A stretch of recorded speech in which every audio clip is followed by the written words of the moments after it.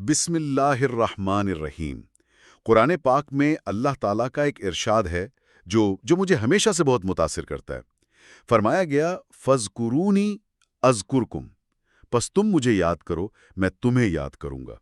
اس میں جو ایک اپنائیت ہے، جو محبت ہے، کمال کی ہے۔ یہ کوئی حکم نہیں لگ رہا ہے نا؟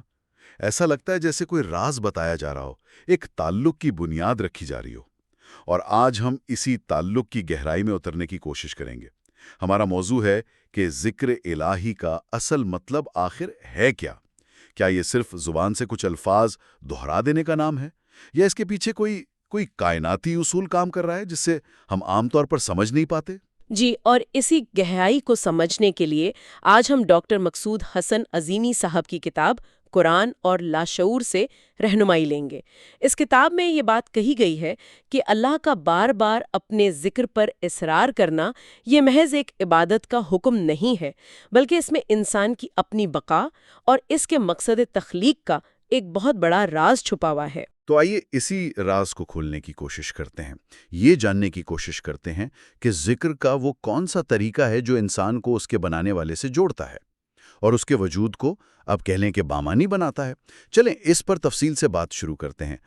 کتاب قرآن اور لاشعور میں ایک بہت بنیادی سوال سے بات شروع کی گئی ہے، اور سچ کہوں تو یہ سوال میرے ذہن میں بھی اکثر آتا ہے کہ اللہ تعالیٰ جو غنی ہے، بے نیاز ہے، اسے ہماری یاد کی کیا ضرورت ہے؟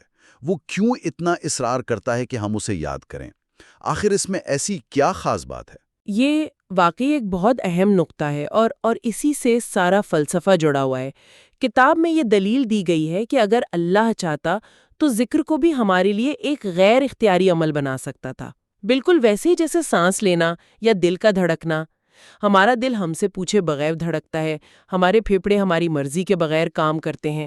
تو اللہ یہ نظام بھی بنا سکتا تھا کہ ہماری زبان یا ہمارا دل خود بخود اس کا ذکر کرتا رہے، لیکن اس نے ایسا نہیں کیا۔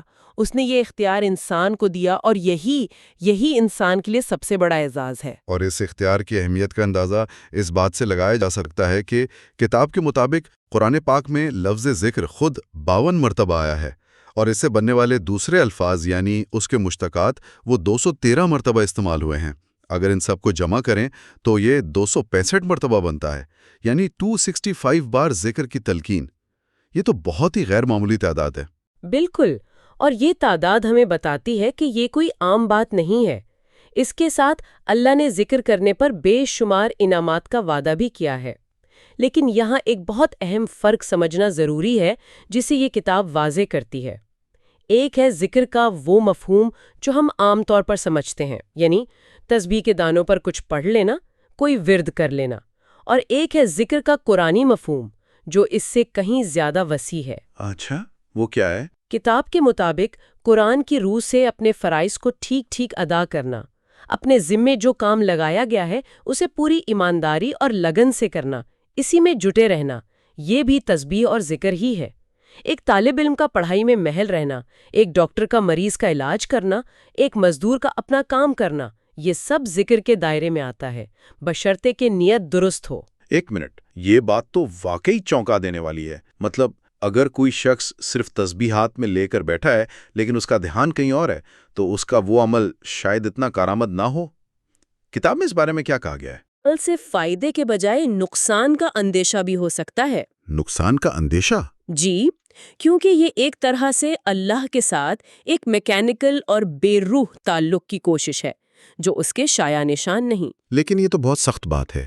کیا اس کا مطلب یہ ہے کہ ایک عام انسان جو دن بھر کی تھکاوٹ کے بعد نماز پڑھ رہا ہے اور اس کا دھیان بھٹک جاتا ہے تو اس کی عبادت کا کوئی فائدہ نہیں بلکہ الٹا نقصان ہو سکتا ہے؟ یہ تو بہت سے لوگوں کو مایوس کر دے گی۔ نہیں، یہاں نیت اور کوشش کی بات ہو رہی ہے، مایوسی کی نہیں۔ کتاب کا مقصد یہ سمجھانا ہے کہ اصل چیز توجہ ہے۔ ذکر کا اصل مقصد ہی توجہ کو ایک مرکز پر لانا ہے۔ اس کو مزید سمجھنے کے لیے کتاب ہمیں پہلے خالق اور مخلوق کے تعلق کی نوعیت کو سمجھنے کی دعوت دیتی ہے۔ ٹھیک ہے، یہ تعلق کیسا ہے؟ مجھے ہمیشہ لگتا تھا کہ یہ یک طرفہ ہے، یعنی اللہ کی طرف سے ہم پر عنایات ہوتی ہیں، لیکن کتاب میں سے کیسے بیان کیا گیا ہے؟ کتاب کہتی ہے کہ یہ دو الگ الگ لیکن جڑے ہوئے تعلق ہیں۔ پہلا تعلق ہے خالق کا مخلوق سے، یعنی ہمارا وجود میں آنا، زندہ رہنا، رزق ملنا، یہ سب اس تعلق کا ثبوت ہے۔ اگر اللہ ایک لمحے کے لیے بھی یہ تعلق منقطع کر دے تو کائنات کا نظام درہم برہم ہو جائے۔ لیکن دوسرا تعلق ہے مخلوق کا خالق سے، اور یہی وہ نقطہ ہے جہاں ذکر کا راز چھپا ہے۔ اچھا، اس دوسرے تعلق کو سمجھانے کے لیے کتاب قرآن اور لاشعور میں ایک بہت ہی زبردست مثال دی گئی ہے، بجلی کے آلات کی۔ میں چاہوں گا کہ ہم اس پر تفصیل سے بات کریں۔ ضرور۔ مثال یہ ہے کہ ہمارے گھروں میں پنکھے، استری، ٹیلی ویژن اور دیگر برقی آلات ہوتے ہیں۔ ہر آلے کو چلانے کے لیے اسے بجلی کے نظام سے جوڑا جاتا ہے، اور اس کے لیے ہمیشہ 2 تاروں کی ضرورت ہوتی ہے۔ ایک تار، جسے فیز کہتے ہیں، وہ بجلی کے بہاؤ کو پاور ہاؤس سے آلے تک لاتی ہے، اور دوسری تار، جسے نیوٹرل کہتے ہیں، اس بجلی کو آلے سے گزار کر اسے توانائی دے کر واپس پاور ہاؤس تک لے جاتی ہے۔ اگر ان میں سے ایک بھی تار نہ ہو تو سرکٹ مکمل نہیں ہوتا اور آلہ نہیں چلتا۔ بالکل، اور اس پورے نظام میں ایک چھوٹی سی لیکن سب سے اہم چیز سوئچ ہے۔ آپ پنکھے کو چھت پر لگا دیں، اس کی دونوں تاریں بھی جوڑ دیں، لیکن جب تک آپ دیوار پر لگا بٹن آن نہیں کریں گے، پنکھا نہیں چلے گا۔ وہ اپنے مقصد یعنی ہوا دینے کو پورا نہیں کر سکتا۔ حالانکہ بجلی بھی موجود ہے اور پنکھا بھی، لیکن رابطہ منقطع ہے۔ اب اسی مثال کا اطلاق انسان پر کریں۔ کتاب کے مطابق انسان بھی ایک ایسا ہی آلہ ہے۔ خالق نے اسے وجود بخشا اور اس سے کام لینے کے لیے توانائی کا بہاؤ بھی جاری کر دیا۔ لیکن انسان اپنے مقصد تخلیق کو اس وقت تک پورا نہیں کر سکتا جب تک وہ اپنے اور خالق کے درمیان نصب اس روحانی سوئچ کو آن نہ کر لے۔ تو اب سوال یہ پیدا ہوتا ہے کہ اگر انسان ایک برقی آلہ ہے تو اس کا بٹن کہاں ہے؟ اسے آن کیسے کیا جاتا ہے؟ اور کتاب یہاں ایک ایسا انکشاف کرتی ہے جو سچ کہوں تو میرے لیے ایک آہا لحظہ ہے۔ کتاب یہ کہتی ہے کہ انسان کی توجہ، صرف توجہ، وہی وہ سوئچ ہے۔ یہ کتنی سادہ اور گہری بات ہے۔ یعنی جب انسان اپنی پوری توجہ، اپنی پوری کنسنٹریشن اپنے خالق کی طرف مرکوز کرتا ہے تو اس کے اندر نصب یہ روحانی سرکٹ مکمل ہو جاتا ہے، سوئچ آن ہو جاتا ہے۔ بالکل صحیح۔ اور جیسے ہی یہ سرکٹ مکمل ہوتا ہے، خالق کی طرف سے آنے والی توانائی اور فیضان کے بہاؤ کو واپسی کی راہ مل جاتی ہے۔ پھر انسان بالکل اس پنکھے کی طرح وہ کام انجام دینے لگتا ہے جس کے لیے اسے بنایا گیا ہے۔ جب تک انسان اپنے رب کی طرف متوجہ نہیں ہوتا، اس کا روحانی سرکٹ نامکمل رہتا ہے۔ وہ اس پنکھے کی طرح ہے جو لگا تو ہوا ہے لیکن چل نہیں رہا۔ تو اس کا مطلب یہ ہوا کہ تمام روحانی عبادات، چاہے وہ نماز ہو، روزہ ہو، حج ہو یا تلاوت قرآن، ان سب کا اصل مقصد، ان کے پیچھے جو مرکزی حکمت ہے، وہ یہی ہے کہ کسی طرح انسان کی بکھری ہوئی توجہ کو سمیٹ کر ایک مرکز یعنی اللہ کی ذات پر مرکوز کر دیا جائے۔ یہ سب اس سوئچ کو آن رکھنے کی مشقیں ہیں۔ جی ہاں، کتاب کا مرکزی نقطہ یہی ہے۔ لیکن پھر وہی سخت بات جو انسان کو جھنجھوڑ جاتی ہے۔ کتاب میں لکھا ہے کہ اگر کوئی شخص یہ تمام عبادات بھی کرے لیکن اس کی توجہ کا مرکز اللہ کے بجائے دنیا، لوگ یا اپنی ذات ہی رہے، تو اس کا وجود اس بیکار برقی آلے کی طرح ہے جس کا سوئچ آف ہو۔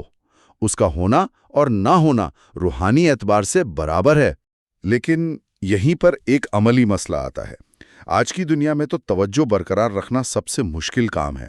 ہمارا فون، سوشل میڈیا، کام کا دباؤ، ہماری توجہ تو ہر وقت بٹی رہتی ہے۔ ایسے میں کوئی اس سوئچ کو مستقل آن کیسے رکھ سکتا ہے؟ یہ ایک بہت اہم سوال ہے، اور اس کا جواب ہمیں کتاب کے اگلے حصے میں ملتا ہے، جہاں بات توجہ سے بھی ایک قدم آگے تفکر کی طرف جاتی ہے۔ کتاب میں روحانی سائنسدان حضرت تاج الدین ناگپوری اولیاء کے ایک قول کا حوالہ دیا گیا ہے۔ آپ نے فرمایا، اگر نگاہ کے ساتھ فکر کام نہ کرے تو زبان نگاہ کے بارے میں کچھ نہیں بتا سکتی۔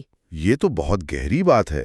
مطلب اگر میں کسی چیز کو دیکھ رہا ہوں لیکن اس کے بارے میں سوچ نہیں رہا تو میرا دیکھنا بے معنی ہے۔ بالکل۔ اس کی تشریح یہ ہے کہ ہمارے تمام حواس، دیکھنا، سننا، چھونا، یہ سب تفکر یعنی غور و فکر کے بغیر گونگے، بہرے اور اندھے ہیں۔ تفکر ہی ان حواس کو معنی دیتا ہے۔ ہم آنکھ سے ایک پھور دیکھتے ہیں، یہ نگاہ ہے، لیکن اس کا رنگ، اس کی خوشبو، اس کی خوبصورتی کا جو احساس اور ادراک ہمارے اندر ہوتا ہے وہ فکر کی وجہ سے ہوتا ہے۔ نگاہ تو محض ایک کیمرے کی طرح تصویر کھینچتی ہے، اس تصویر کو سمجھنا فکر کا کام ہے۔ ٹھیک ہے، یہ بات سمجھ میں آتی ہے، لیکن اس کا ہماری گفتگو سے کیا تعلق؟ تعلق بہت گہرا ہے، کیونکہ اب کتاب ایک ایسا تصور پیش کرتی ہے جو ذہن کو ہلا کر رکھ دیتا ہے۔ کتاب کے مطابق انسان، فرشتے، جنات، یہ سب اپنی اصل ماہیت میں تفکر ہی ہے۔ ایک منٹ، کیا مطلب؟ آپ یہ کہہ رہی ہیں کہ میں گوشت پوست کا انسان نہیں بلکہ ایک سوچ ہوں؟ یہ تو ناقابل یقین لگتا ہے، اسے ذرا وضاحت سے بتائیں۔ جی، کتاب کا استدلال یہی ہے۔ وہ کہتی ہے کہ ہماری یہ جسمانی شکل ہماری اصل نہیں بلکہ ہمارے تفکر کا ایک ظاہری روپ ہے۔ کتاب میں مزید وضاحت کی گئی ہے کہ انسان باغ گل قسم کا تفکر ہے، جنات پاہیلا قسم کا تفکر ہے، اور فرشتے باغ نور قسم کا تفکر ہے۔ یعنی ہماری بنیادی حقیقت، ہمارا کور ایسنس ایک سوچ، ایک خیال، ایک تفکر ہے۔ یہ تو بہت ہی انقلابی بات ہے۔ اگر یہ سچ ہے تو اس کا مطلب ہے کہ پوری کائنات سوچوں کا ایک سمندر ہے۔ بالکل، کتاب اسی طرف اشارہ کرتی ہے۔ وہ کہتی ہے کہ کائنات کی ہر شے، ستاروں سے لے کر چھوٹے سے چھوٹے ذرے تک، سب سے ہمارا تفکر کے ذریعے ہر لمحہ تبادلہ خیال ہوتا رہتا ہے۔ ان کے تفکر کی لہریں ہم تک آتی ہیں اور ہمارے تفکر کی لہریں ان تک پہنچتی ہیں۔ یہ پوری کائنات اس تبادلہ خیال کا ایک خاندان ہے، اور قدرت کا اصول یہ ہے کہ وہ لامحدود تفکر یعنی اللہ کی ذات سے محدود تفکر یعنی انسان اور دیگر مخلوقات کو مسلسل فیضان، توانائی پہنچاتی رہتی ہے۔ اچھا، تو اب سارے نکات جڑ رہے ہیں۔ اس کا مطلب یہ ہوا کہ اللہ کا ہمیں اپنا ذکر کرنے کا حکم دینا دراصل ہماری ہی بھلائی کے لیے ہے۔ یہ ہماری فکر کو جلا بخشنے اور ہماری توجہ کو اپنی طرف مرکوز رکھنے کا ایک ذریعہ ہے، تاکہ ہم پر اس کے فیضان کا بہاؤ مسلسل جاری رہے۔ یہ ہمارے روحانی سرکٹ کو آن کرنے کا طریقہ ہے۔ بالکل۔ اب ذکر کے عمل کو اس نئی روشنی میں دیکھیں۔ کتاب کے مطابق جب اللہ کو یاد کیا جاتا ہے، یعنی اس کی طرف توجہ کی جاتی ہے، تو ہمارے اندر ایک احساس پیدا ہوتا ہے۔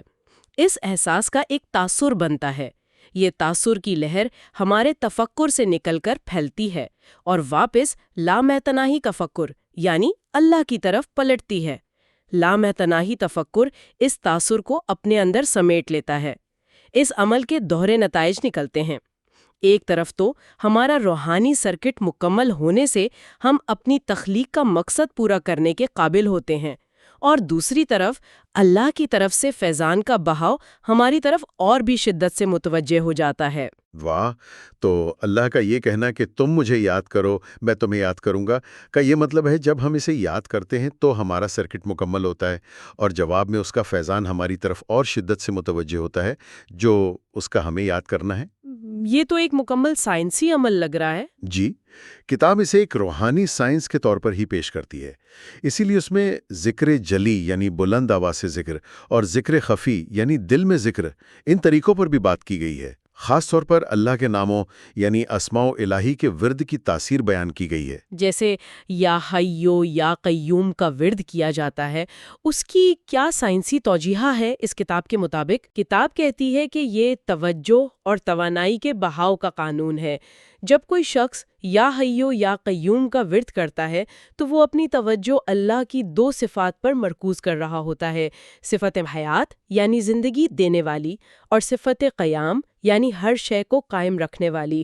اس توجہ کے نتیجے میں کائنات میں پھیلی ہوئی یہ دونوں صفات کی توانائیاں ورد کرنے والے کی طرف متوجہ ہوتی ہیں۔ چونکہ انسان کو اپنی زندگی قائم رکھنے کے لیے وسائل کی ضرورت ہوتی ہے، لہٰذا ان صفات کے متوجہ ہونے سے حیات کو قائم رکھنے والے وسائل کا بہاؤ اس شخص کی طرف بڑھ جاتا ہے۔ اور جب ان ناموں پر صرف ورد کرنے کے بجائے غور و فکر بھی کیا جائے تو یہ عمل ذکر بن جاتا ہے۔ جب انسان کی توجہ ان ناموں کے مطلب کی گہرائی میں اترتی ہے تو ان ناموں کی نورانیت اور تجلیات اس کے ذہن اور روح پر ظاہر ہونے لگتی ہیں۔ اسی سلسلے میں کتاب میں حضرت خواجہ شمس الدین عظیمی صاحب کا ایک بہت ہی خوبصورت تصور بیان کیا گیا ہے جو اس ساری بحث کو سمیٹ دیتا ہے۔ وہ فرماتے ہیں کہ لامحدودی تفکر اور لاشعور ایک دائرہ یعنی سرکل ہے، جبکہ ہمارا محدود شعور اور متناہی تفکر ایک مثلث یعنی ٹرائنگل ہے۔ ایک دائرہ اور ایک مثلث، یہ تو بہت دلچسپ تشبیہ ہے۔ اس کا کیا مطلب ہے؟ مطلب یہ کہ جس شخص پر مثلث غالب ہو یعنی اس کا اپنا محدود شعور، تو وہ اپنی ذات، اپنی سوچوں اور دنیا کی حدود میں قید رہتا ہے، لیکن ذکر و تفکر کے ذریعے جس شخص پر دائرہ غالب آ جاتا ہے یعنی لامحدودی لاشعور، تو اس کا شعور محدود ہونے کے باوجود لامحدودی تفکر سے فیضان اور علم پانے لگتا ہے۔ وہ اپنی حدود سے نکل کر کائنات سے جڑ جاتا ہے۔ تو یا حیو یا قیوم کا ورد اور اس پر تفکر کرنے سے انسان پر غالب مثلث کمزور پڑتی ہے اور دائرہ غالب آنے لگتا ہے۔